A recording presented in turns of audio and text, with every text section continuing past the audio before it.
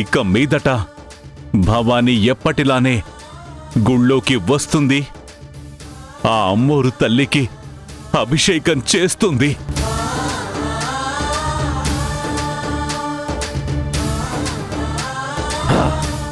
అదెలా కుదురుతుంది సుబ్రహ్మణ్యం గారు?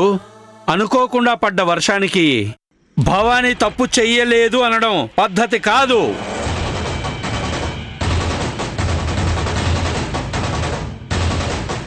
సరిపోయింది సంబరం.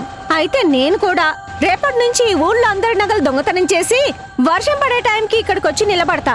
అప్పుడు నేను కూడా మంచిదల్లా కనిపిస్తాను కదా. ఇలాంటివన్నీ లెక్కలోకి తీసుకోవడం కుదరదు సుబ్రహ్మణ్యం గారు. మీ అమ్మాయి దొంగ అని సాక్ష్యాలతో సహా పంచాయతీలో నిరూపించబడింది. అయితే నేను కూడా భవానీ ఏ తప్పు చేయలేదు అని పంచాయతీలో నిరూపిస్తాను.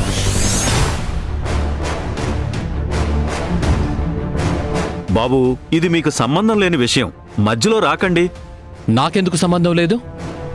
భవానీ నా స్నేహితురాలు, నాకు సంబంధం ఉంది.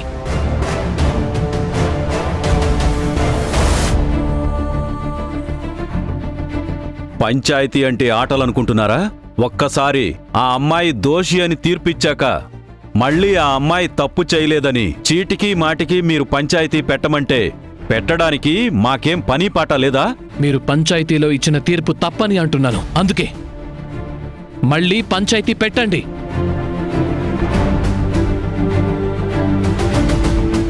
ఎంత ధైర్యం ఉంటే పంచాయతీ తీర్పునే తప్పంటారు?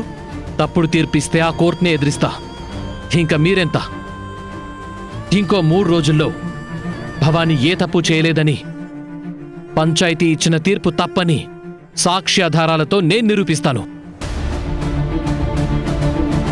అలా నిరూపించలేకపోతే? నిరూపించి తీరుతాను. నిరూపించలేకపోతే ఏం చేస్తారు?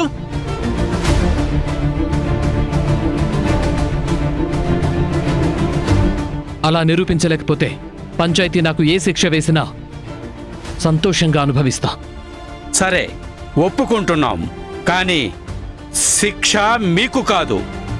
మరి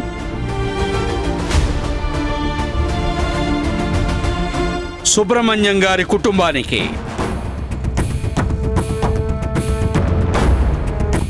మీరు నిరూపించలేకపోతే సుబ్రహ్మణ్యం గారి కుటుంబం శాశ్వతంగా ఈ ఊరు వదిలి వెళ్ళిపోవాలి.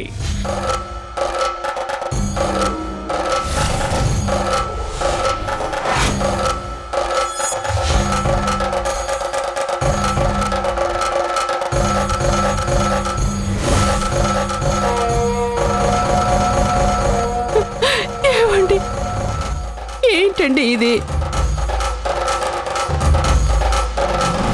అదేంటి, అటు తిప్పి ఇటు తిప్పి మొత్తం ఫ్యామిలీని ఊరు నుంచి పంపించేద్దాం అనుకుంటున్నారా?